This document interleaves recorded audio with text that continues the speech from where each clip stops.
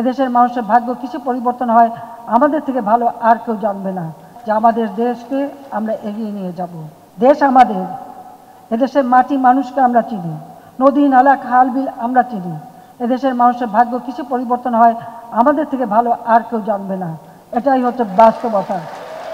কাজে আসুন সকলে মিলে আমরা কাজ করি, আমার এই দেশটাকে আমরা এগিয়ে নিয়ে যাই।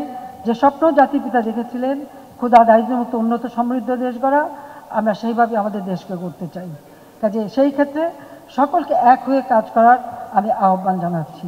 যার যে সমস্যা অবশ্যই সে সমাধান আমরা ব্যবস্থা করে দেব। আমরা চাই আমাদের শ্রমিকরা নিরাপদে কাজ করবেন এবং সুষ্ঠু পরিবেশে কাজ করবেন এবং তাদের জীবনমানও উন্নত হবে, এটাই আমাদের লক্ষ্য। এখানে কোনো বৈষম্য থাকবে না, বৈষম্যহীন একটা সমাজ ব্যবস্থা আমরা গড়ে তুলতে চাই। অসাম্প্রদায়িক চেতনায় বাংলাদেশকে গড়তে চাই, যেটা জাতির পিতার স্বপ্ন ছিল, সেই স্বপ্ন আমরা বাস্তবায়ন করে চাই। আমি জাতির পিতা বঙ্গবন্ধু শেখ মুজিব ৭২ সালের মে দিবসের আরেকটি কোট দিয়ে আমার বক্তব্য শেষ করছি। কোট, বঙ্গবন্ধু বলেছিলেন, কোট, সমৃদ্ধির পথে কোনো সংক্ষিপ্ত রাস্তা নাই, শতাব্দী শোষণের পুঞ্জীভূত সমস্যা আমাদের সামনে জড়ো হয়ে রয়েছে। এগুলি সমাধানের উদ্দেশ্যে কঠোর পরিশ্রম ও আত্মত্যাগের জন্য প্রস্তুত থাকতে হবে। তাহলেই আমরা আমাদের স্বপ্নের সোনার বাংলা গড়ার ভিত্তি গড়ে তুলতে পারব।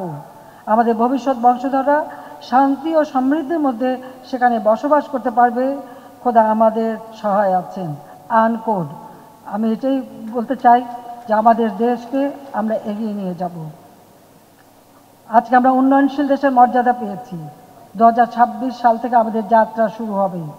আমাদের অনেক পরিশ্রম করতে হবে, উৎপাদন বাড়াতে হবে। ইতিমধ্যে ঘোষণা দিয়েছি 1 ইঞ্চি জমি যেন অনাবাদি না থাকে। যার যেখানে যতটুকু জমি আছে আমরা আবাদ করব, নিজেদের খাদ্য সংস্থা নিজেরা করব, লাগলে অন্যকে সহযোগিতা করব, কিন্তু কারো কাছে হাত পেতে চলবো না। জাতির পিতা বলেছেন, ভিক্ষুক জাতির ইজ্জত থাকে না।